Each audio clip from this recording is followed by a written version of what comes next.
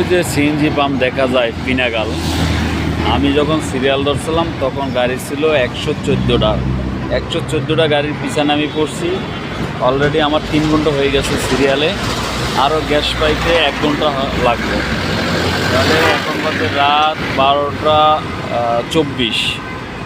হ্যাঁ, তাহলে আরও 1 ঘন্টা বাজলে হয়তো 1:30টার মধ্যে আমি গ্যাস পাবো। কিন্তু এই সিরিয়াল গেছে বসুন্ধরা 300 ফিট পর্যন্ত। আমার পিছনে গাড়িগুলো এইভাবে ঘুরিয়া ময়লা পাড়াইয়া তারপরে গেছে। সেই রোডের ওই পারে একটা সিএনজি পাম্প আছে, ওটা হচ্ছে প্রগতি সিএনজি পাম্প।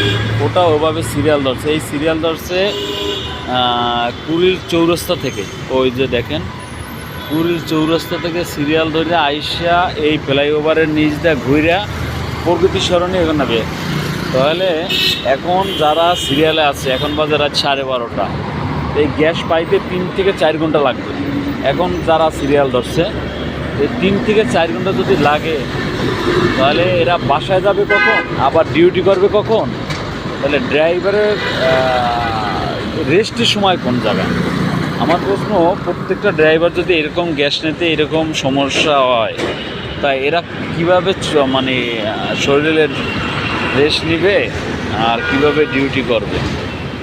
প্রত্যেকটা সিএনজি পাবে এই সমস্যা। তাহলে এরকম যদি সমস্যা চলে, এর সমস্যা সমাধান হবে কবে? এটি আমার জানার ইচ্ছা।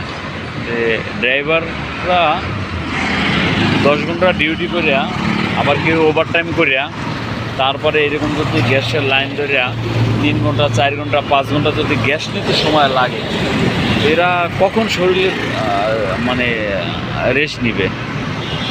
দেখেন পিনাগাল, আমি এখানে 11:30টায় মেবি সিরিয়াল দিচ্ছি, এখন বাজে 12:30।